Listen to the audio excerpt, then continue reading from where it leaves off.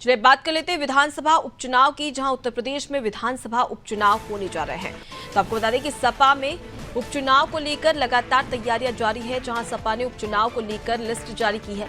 सपा ने 3 सीटों पर प्रत्याशी घोषित की है। गेस्टी से राकेश यादव, तद्रौल से अवधेश वर्मा और साथ ही दुद्धी से विजय सिंह गौड़ सपा के प्रत्याशी बनाए गए हैं। लखनऊ की पूर्वी विधानसभा से ये घोषणा बाकी है।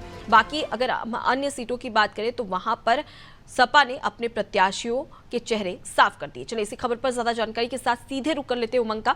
उमंग, विधानसभा उपचुनाव और ऐसे में सपा ने अपने प्रत्याशियों की घोषणा कर दी है। किस प्रकार से देख रहे हैं कि क्या ये प्रत्याशी भाजपा को कड़ी टक्कर दे पाएंगे?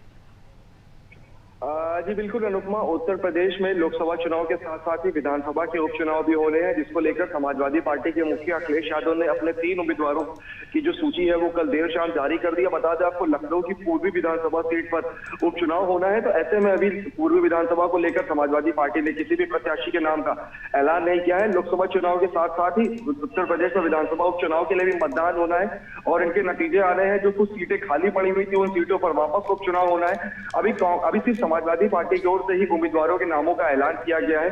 3 उम्मीदवारों के नामों का ऐलान जो है वो समाजवादी पार्टी की ओर से किया गया है। वहीं चौथी सीट जो है लखनऊ की पूर्वी विधानसभा, वहां से समाजवादी पार्टी ने अभी अपने किसी प्रत्याशी के नाम का ऐलान नहीं किया है। भारतीय जनता पार्टी, कांग्रेस और बहुजन समाज पार्टी, इसके साथ ही अन्य जो क्षेत्रीय दल है वो भी उस उपचुनाव में अपने उम्मीदवारों के नामों का ऐलान माना जा रहा है कि बहुत जल्द कर देंगे।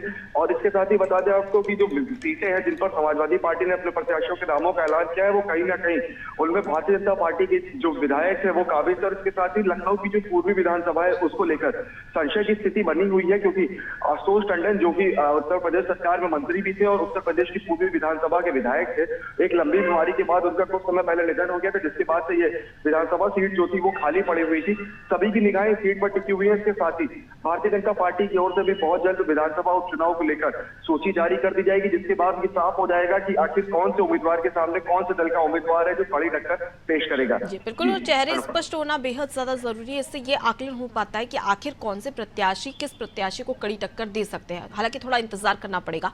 लौटूंगे आपके पास में उमंग, आगे भी आपसे खबर पर अपडेट लेंगे। तो देखिए, विधानसभा उपचुनाव होने जा रहे हैं उत्तर प्रदेश में और 3 सीटों में से आपको बता दें कि सपा ने 3 सीटों पर प्रत्याशी घोषित कर दी है, लिस्ट जारी कर दी है, जहां गेस्टी और साथ ही दद्रौल और दुद्धी से सपा ने अपने प्रत्याशी की घोषणा कर दी है। लखनऊ की पूर्वी विधानसभा पर अभी घोषणा बाकी है, वहां पर इंतजार करना पड़ेगा। हालांकि भाजपा भी अपने प्रत्याशियों के चेहरे अब तक साफ नहीं कर पाई है। उसके बाद में स्पष्ट हो जाएगा कि आखिर किस प्रकार से विधानसभा उपचुनाव में टक्कर देखने को मिल सकती है।